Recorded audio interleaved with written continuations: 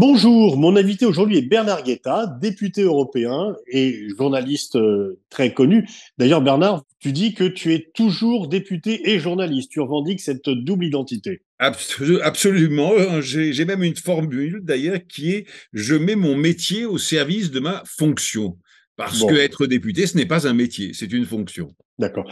Et tu publies ce livre, La Nation européenne, aux éditions Flammarion, sur laquelle nous allons revenir. Mais tout d'abord, donc tu appartiens au groupe Renew qui soutient le président de la République.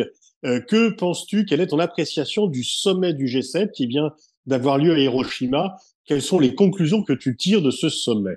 Deux principales. La première, c'est un resserrement très net, très profond, je crois même assez indiscutable, des grandes puissances occidentales qui composent le G7, et un resserrement à la fois vis-à-vis de la Russie, vis-à-vis de la Chine, même s'il y a eu des nuances entre les Asiatiques et les Américains d'un côté, les Européens de l'autre, les Européens souhaitant plus de modération et de nuances dans les appréciations portées sur la Chine. Et puis la deuxième conclusion qui me frappe beaucoup, c'est la difficulté que continue à avoir, et je le crains pour longtemps, Volodymyr Zelensky à rallier à sa cause les pays que l'on dit du Sud profond, notion qui relève à mes yeux d'un fourre-tout un peu trop généralisant, mais enfin, bon, qui existe en tout cas par rapport aux deux blocs que constituent les démocraties occidentales d'un côté, la Chine et la Russie de l'autre. Mais est-ce que tu n'as pas un peu le sentiment que ces pays du Sud global qui ont été invités au G7, et je pense notamment au Brésil, à l'Indonésie, mais également à l'Inde, ont un peu eu le sentiment d'être mis devant le fait accompli? Zelensky ne veut pas être présent. Est-ce que, je dirais, la ficelle n'était pas un peu grosse? On connaît les réticences de ces pays à adhérer aux thèses de l'Ukraine et de se maintenir dans une neutralité ou un peu à l'extérieur en disant que c'est un conflit européen, etc. Et là, tout d'un coup, Zelensky vient pour demander des entretiens bilatéraux dans un avion français par ailleurs. Est-ce que on n'en a pas un peu trop fait par rapport à ces pays? Est-ce qu'on les a pas un peu bousculés Bon, pour un écoute, d'abord, résultat ils n'ont pas pour... été les seuls à être mis devant un fait accompli. La France a largement organisé cette venue de Volodymyr Zelensky à Hiroshima, et je crois que certains des membres du G7 ont été aussi surpris que l'a été Lula, peut-être moins désagréablement, mais aussi surpris.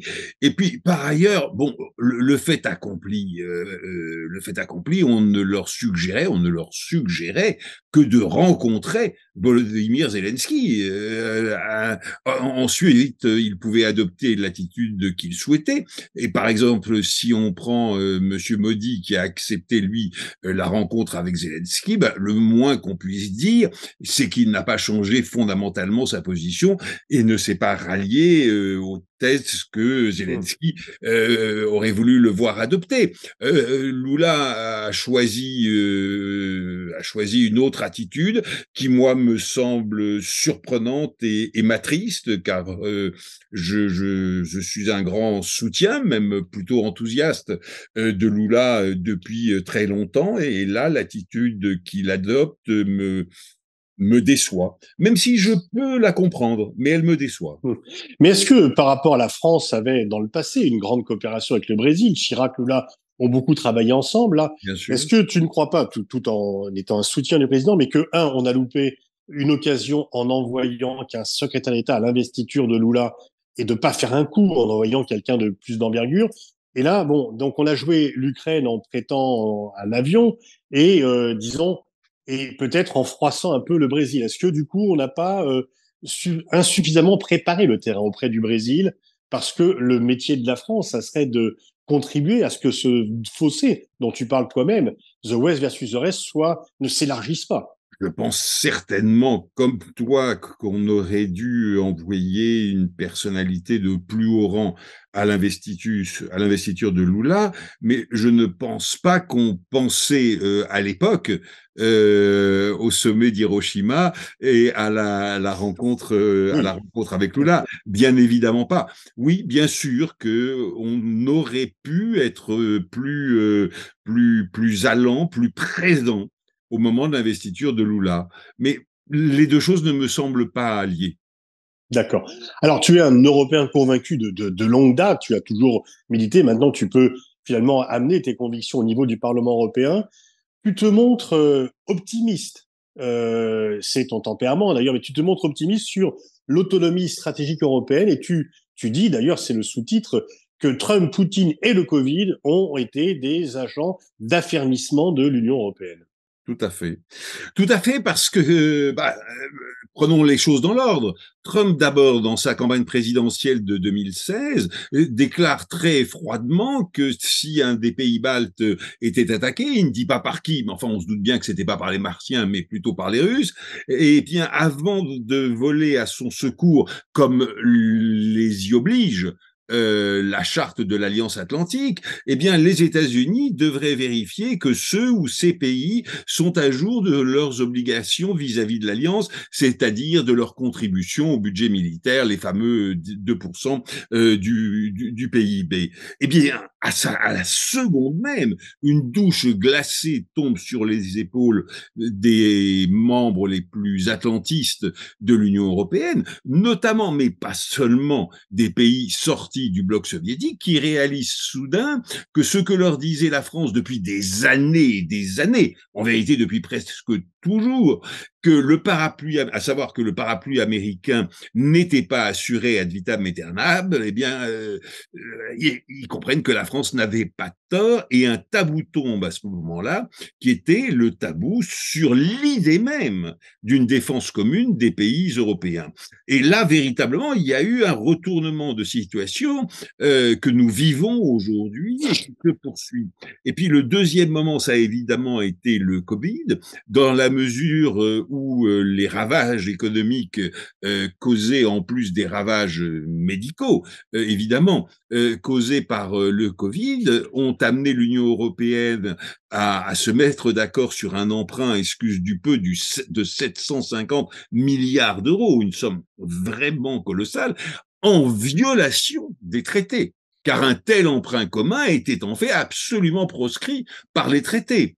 Bien, malgré tout, en quelques jours, réellement, en quelques jours, on est arrivé là. Et puis, Monsieur Poutine a été le troisième agent de changement, dans la mesure où, dans les 2 jours et demi, moins de 3 jours, qui ont suivi l'entrée des troupes russes en Ukraine, eh bien, les 27 États membres de l'Union européenne ont décidé non seulement des sanctions que nous savons et qui étaient très spectaculaires, mais aussi de livraison d'armes communes à l'armée ukrainienne afin qu'elle puisse résister à l'agression de la Russie. Ces armes sont arrivées beaucoup plus vite que ne sont arrivées les armes américaines à l'armée ukrainienne.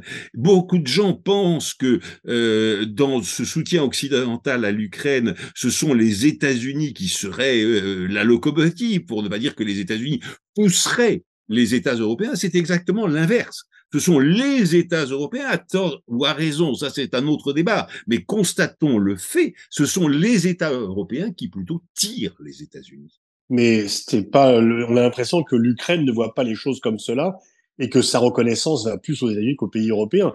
Zelensky admoneste très régulièrement les dirigeants européens. Il est beaucoup plus, disons, doux par rapport à Biden. Je n'en suis pas certain. Peut-être qu'il est plus doux, plus prudent, parce qu'on est plus prudent avec un fort qu'avec un moins fort. Mais sur le fond des choses, moi, je me souviens bien, comme toi, je l'imagine, de la visite de Zelensky aux États-Unis. Il réclamait des chars à Biden que Biden ne voulait pas, à l'époque, lui donner. depuis, les États-Unis ont évolué de même que sur les livraisons d'avions, d'ailleurs, mais à l'époque, le Biden était absolument opposé à cela. Il y a eu une scène tout à fait extraordinaire où Biden disait à l'ouverture d'une conférence de presse en montrant Zelensky, ah, je sais ce qu'il va dire, il va me demander des chars ou un supplément de livraison humanitaire. Je me souviens plus du verbatim, mais c'était ça. Mais c'était ça l'idée.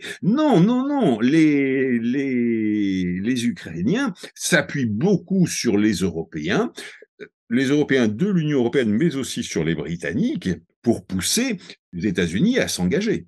Alors, alors bien sûr, cette guerre en Ukraine a créé un choc, mais est-ce qu'on ne peut pas dire que en novembre 2019, Emmanuel Macron dit dans The Economist que l'OTAN est en état de mort cérébrale?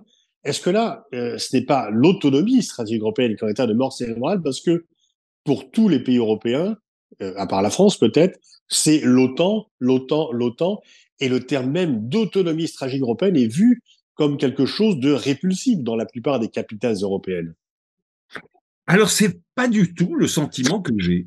Ce n'est pas du tout même ce que je constate. Peut-être que je me trompe, mais enfin, en tout cas, ce n'est pas du tout ce que je crois constater, parce que un fait tout simple. Quel est le chef d'État, de gouvernement en l'occurrence, pardon, qui a poussé, amené les États de l'Union européenne à ce nouveau pas très spectaculaire qu'est la commande commune de munitions? C'est la première ministre de l'Estonie, c'est-à-dire probablement du pays le plus atlantiste de l'Union européenne, ne serait-ce que par sa taille et sa proximité géographique, évidemment avec la Russie, et l'importance de sa communauté, de sa minorité non pas russe, mais soviétique, c'est-à-dire des minorités russophones venant de tous les pays de l'ex-Union soviétique.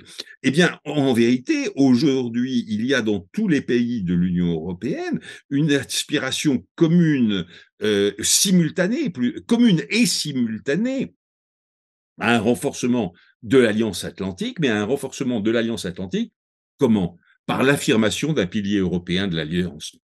C'est-à-dire ce qui est la position défendue traditionnellement, depuis toujours, par la France. La France n'a jamais, en prônant l'affirmation, la constitution d'une défense commune, n'a jamais prôné une sortie des États européens de l'Alliance atlantique. Absolument pas. Jamais. De retour de Chine il y a un mois, Emmanuel Macron avait déclaré que sur le plan de l'autonomie stratégique européenne, la bataille idéologique avait été gagnée et ça a été accueilli à la fois en Europe mais également en France par une volée de critiques que tu as constatées toi-même. Je dois être distrait, mais non.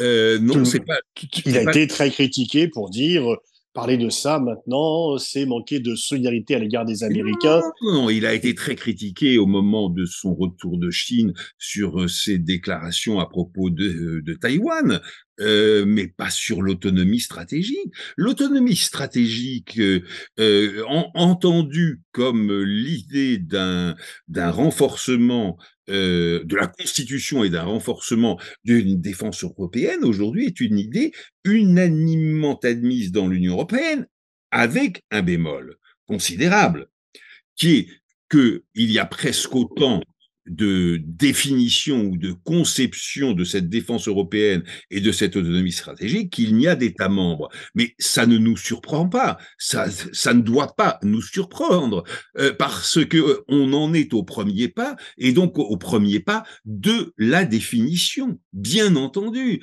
Mais quand M. Trump, c'était la semaine dernière où il y a déjà 10 jours, devant ce parterre réuni par CNN pour une émission spéciale, refuse de répondre à une question très simple de la journaliste de CNN qui l'interviewait. Souhaitez-vous la victoire de l'Ukraine? Il ne répond pas oui.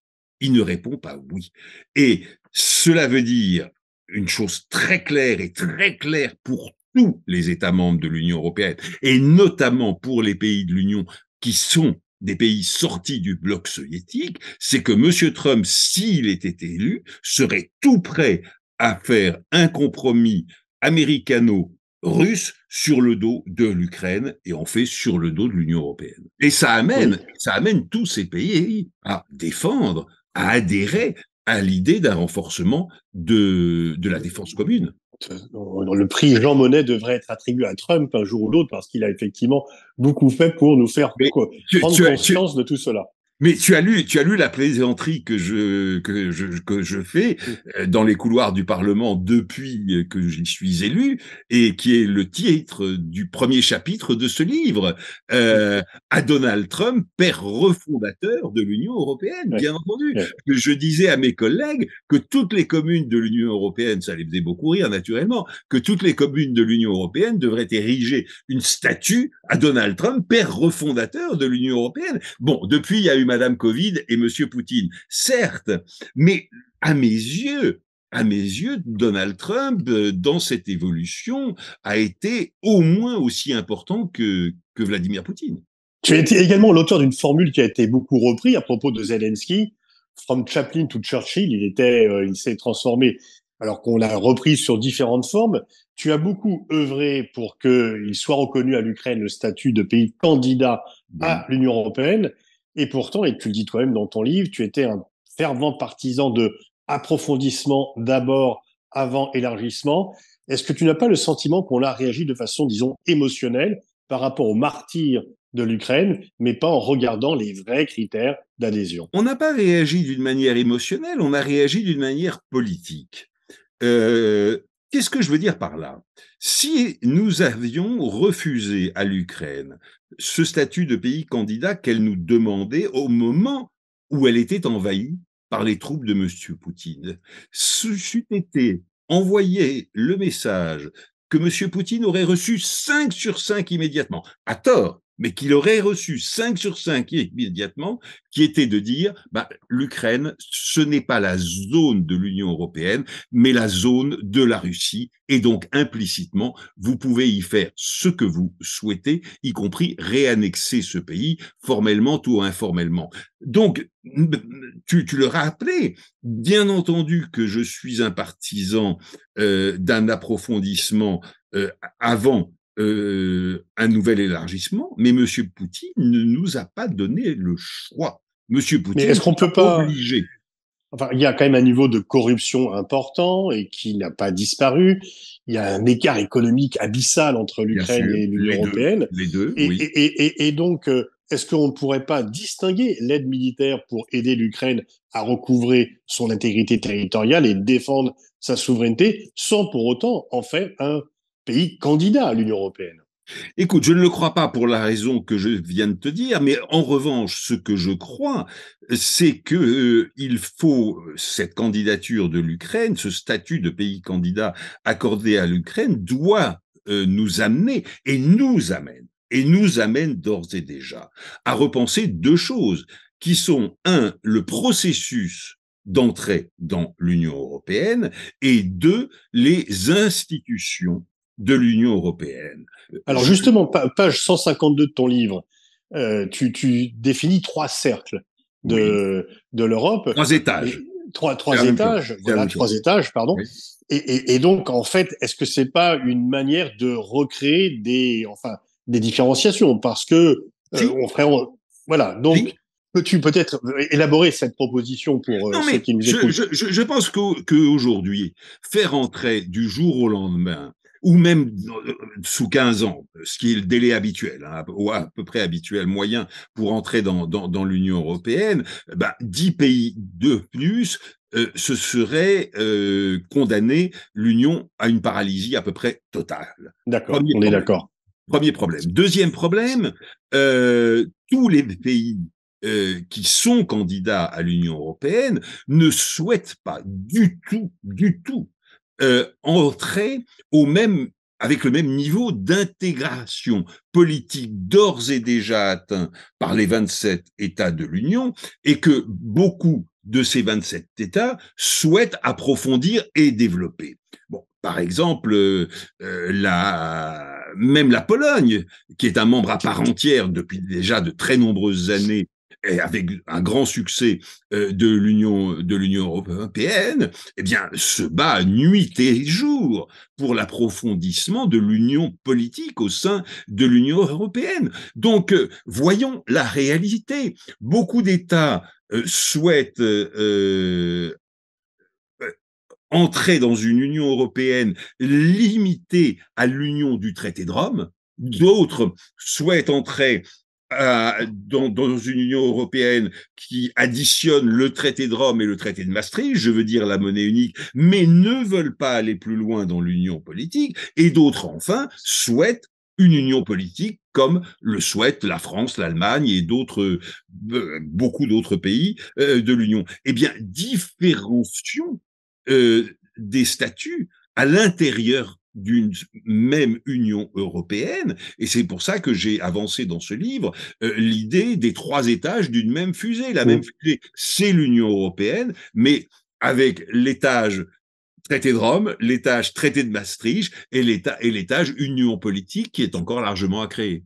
Mais alors, quand tu dis ça à tes amis ukrainiens, ils te répondent pas que c'est une façon, finalement, de les mettre dans une salle d'attente et de faire le même reproche que a été adressé au président Macron sur la communauté politique européenne.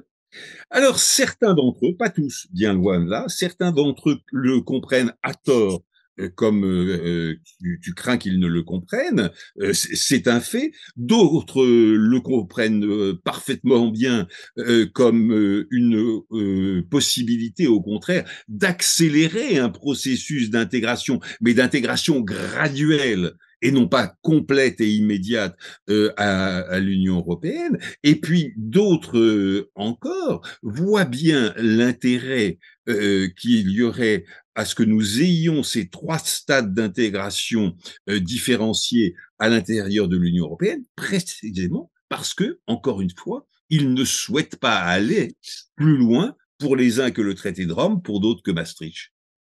Tu as bien connu Mikhail Gorbatchev, tu as aussi couvert d'ailleurs Solidarnosc en Pologne au temps où ça s'est passé. Tu dis même toi-même qu'on a fait preuve de cécité à l'égard de Gorbatchev, qu'on l'a insuffisamment aidé, que le résultat est là. Comment faire après? Comme le débat, imaginons que la guerre prenne fin. Comment traiter la Russie et qu'est-ce que tu penses des plans, notamment qui émanent de Pologne, d'un démembrement de la Russie? Est-ce que c'est pas rendre service à Poutine que d'évoquer le plan de démembrement de la Russie? Alors, 2 choses. J'ai même démissionné de mon poste de correspondant du Monde à Moscou à cause d'un désaccord profond sur la nature de la perestroïka et des ambitions portées par Gorbatchev, des ambitions de démocratisation à mes yeux. Mais le deuxième point, je ne pense pas qu'il y ait des plans en Pologne de démembrement de la Fédération de Russie. Il y a une aspiration de certaines parties de l'opinion et des élites polonaises, mais pas seulement polonaises, d'autres pays, de bien d'autres pays de l'Union européenne, et pas seulement des pays sortis du bloc soviétique. Cette aspiration me semble relever de la folie pure et simple, parce que si demain nous allions vers un délitement, voire un éclatement de la Fédération de Russie, c'est-à-dire de la 2e puissance nucléaire du monde, nous irions vers une guerre civile prolongée, ou plutôt d'ailleurs une addition de guerres civiles au pluriel, prolongée, qui serait formidablement dangereuse, non seulement pour la stabilité du continent Europe dans son ensemble, mais du monde, en vérité. Donc il ne faut pas le souhaiter du tout, du tout. En revanche, je le crains, parce que si cette guerre se prolonge, on y va. Et on n'y va pas parce que des Occidentaux ou des pays de l'Union européenne le souhaiteraient, mais parce que M. Poutine lui-même va mener son pays à un éclatement. J'ai coutume de dire que M. Poutine se rend coupable de 2 crimes, un crime contre l'Ukraine et un crime contre la Russie. Pendant très longtemps, il disait que regardez où était le pays où quand je l'ai pris, maintenant regardez où il est. En fait, il est en train de ruiner tout ce qui a été fait et la Russie va sortir profondément affaiblie de cette guerre dans laquelle Poutine l'a lancée. Bah, un seul exemple. Les pays d'Asie centrale étaient restés jusqu'à l'invasion de l'Ukraine très liés à la Russie. Mm. Ces pays d'Asie centrale se tournent aujourd'hui simultanément vers l'Union européenne et surtout vers la Chine.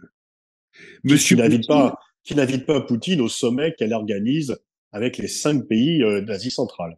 absolument. Ce qui est sidérant. Parce que ce pays qui se dit ami pour l'éternité sans limite, une amitié sans limite avec M. Poutine et avec la Russie de M. Poutine, ben, tout simplement, pardonne-moi ma vulgarité, est en train de faire un enfant dans le dos, non seulement à M. Poutine, mais à la Russie en Asie centrale. C'est-à-dire, tout simplement, il dégage, la Chine tente de dégager la Russie de l'Asie centrale et de le faire à son profit.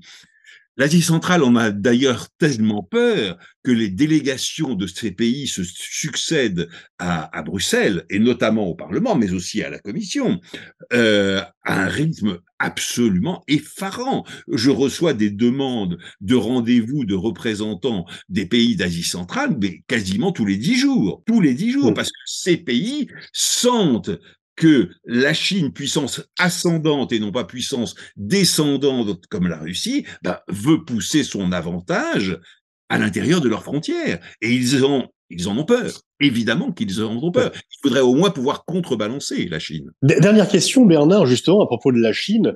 Il y a des divergences d'appréciation entre les États-Unis et l'Europe sur l'attitude à avoir. La Chine est furieuse du communiqué final du G7 qui la met en cause, qui lui demande des choses, etc. Quelle doit être l'attitude des pays européens par rapport à ce duel sino-américain? Mais je ne pense pas que nous devions être neutres, parce que je pense qu'entre une démocratie et une dictature, les démocraties ne doivent pas être neutres, mais je ne pense pas non plus que nous devions jeter de l'huile sur le feu. Je pense que notre rôle serait de tenter d'apaiser les choses, d'arrondir les angles, de faire valoir d'un côté aux Chinois qui n'ont pas intérêt par la rudesse de leur attitude à consolider, renforcer une alliance occidentale contre la Chine, parce que nous ne le souhaitons pas et que ce ne serait pas une bonne chose pour l'équilibre international. Et d'un autre côté, nous devons dire aux Américains de s'abstenir des petites provocations qui n'ont aucun intérêt stratégique, qui ne relèvent que de la gesticulation politique, mais qui en revanche attisent les tensions. Merci Bernard, merci Bernard Guetta. Je renvoie à la lecture de ton livre qui vient juste de paraître, Position Flammarion, La Nation européenne, et bonne continuation. Merci.